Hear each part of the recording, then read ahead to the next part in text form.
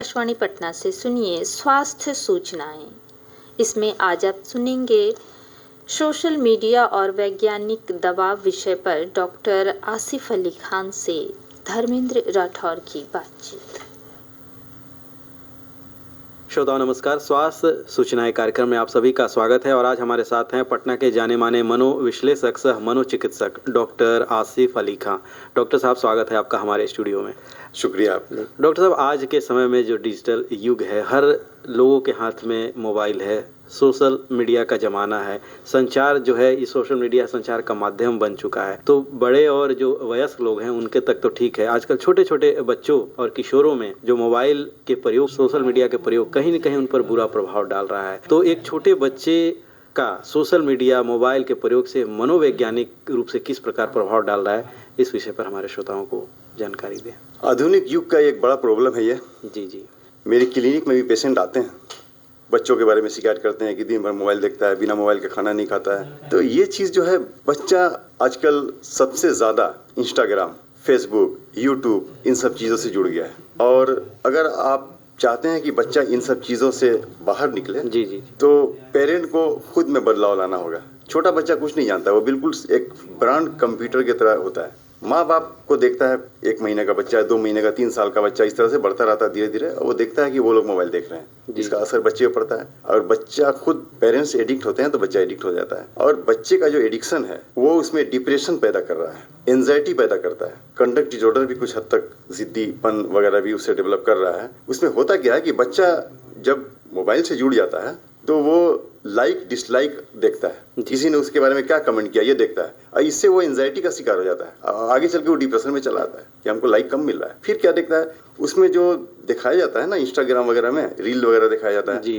तो रील, जो बार बार रील देखने से क्या होता है कि उसका एडिक्शन बच्चे के ब्रेन में हो जाता है, क्योंकि रील से प्लेजर मिलता है और जहाँ खुशी मिलेगी वहाँ ब्रेन से डोपामीन का सेक्रेशन होगा, वही तो खुशी देता है। जी। तो डोपामीन का सेक्रेशन होने लगता है। आप समझ सकते हैं कि जिस तरीके से हम कोई नशा लेते हैं, जी, कोकीन लेते हैं, जी। और कोकीन लेने के बाद डोपामीन का सेक्रेशन होकर हमें प्लेजर मिलता है, वही प्लेजर रील देखने से भी मिलता है। यानी एक तरह का वो डिजिटल एडिक्ट हो जाता है बच्चा। और अगर ये एडिक्शन को हम लोग देखें कि भारत के बच्चे कितना एडिक्ट हैं, तो बड़ा चौंकाने वाला आंकड़ा है इसका भी।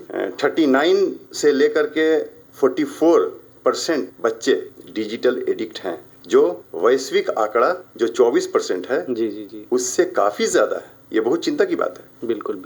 तो इसमें सोशल मीडिया से बच्चा के ब्रेन का जो आदत जो बच्चे की जो बन जाती है ना, प्लेजर लेने की, अब वो रील देख देख के जितना उसको खुशी मिल रही है, उतनी खुशी उसको अपने दोस्तों से बात करने में, मम्मी पापा से बात करने में, समाज में जाके लोगों से मिलने में नहीं आता। वो ज्यादा प्लेजर के चक्कर में वो बार बार रिपीट रील देखता है जी। और ये रील देखकर वो कहीं एक इसमें रिसर्च में भी आया भी है कि एक फोमो टर्म का यूज है कि फियर ऑफ मिसिंग आउट, कि कहीं मैं पीछे न रह जाऊं उसके रील को देखकर, उसकी सफलता, रील के लाइक को देखकर, सफलता को देखकर, कि उतने लाइक्स मुझे क्यों नहीं मिल रहे हैं। इसका शिकार हो गए बच्चे, डिप्रेशन में डिप्रेस्ड हो जाते छोटे बच्चे। और आपको बड़ा ताज्जुब हुआ कि हमारे यहाँ बच्चे बहुत छोटे उम्र से मोबाइल देखते हैं। रिसर्च बताता है कि 0 से 2 मंथ के बच्चे भी मोबाइल देख रहे हैं। अब वो लेकर के ऊपर तक चला जाता है, धीरे धीरे परसेंटेज बढ़ता गया है बच्चों का। तो अगर बच्चा मानसिक रूप से एक तरह समझिए डिजिटल गुलाम हो चुका है, तो इसका प्रभाव उनके पर क्या पड़ रहा है, जो उनके और उनके भविष्य पर क्या प्रभाव पड़ सकता है, खासकर शारीरिक रूप से उन पर क्या प्रभाव पड़ सकता है, कौन कौन सी बीमारी से वो ग्रसित हो सकते हैं? देखिए, बच्चा अगर मोबाइल ज्यादा देखता है जी, तो नीली लाइट जो है उसकी आंख पर ज्यादा पड़ती है जी। इससे उसको सबसे बड़ा प्रॉब्लम नींद का प्रॉब्लम होगा। अब वो सोने जाएगा तो उसको नींद नहीं आएगी टाइम पे। क्योंकि मोबाइल देख करके उसने अपने जो पैटर्न है, स्लीपिंग पैटर्न, उसको डिस्टर्ब कर दिया है। तो नींद का प्रॉब्लम होगा। नींद का प्रॉब्लम अगर हुआ तो चिड़चिड़ापन होगा, तनाव होगा, और तनाव होगा तो दूसरा स्ट्रेस का लेवल बढ़ेगा, जिससे उसके सर में दर्द और पेट में दर्द की शिकायत करेगा वो बच्चा। और ऐसे में उसका खाना पीने का हैबिट भी चेंज होगा। बिल्कुल है ना। तो बच्चों को जो फील्ड वर्क करना चाहिए, जो खेल कूद करके, बाहर में दौड़ करके जो उसके बॉडी का जो विकास होता है, वो विकास तो रुक जाएगा। वो तो बैठ करके सिर्फ मोबाइल देख रहा है। तो ऐसे हालत में उसका शारीरिक डेवलपमेंट अच्छा नहीं होगा, मानसिक डेवलपमेंट अच्छा नहीं होगा, किसी तरह क्रिएटिव वर्क करने के लायक नहीं होगा, पढ़ाई लिखाई में भी पिछड़ जाएगा।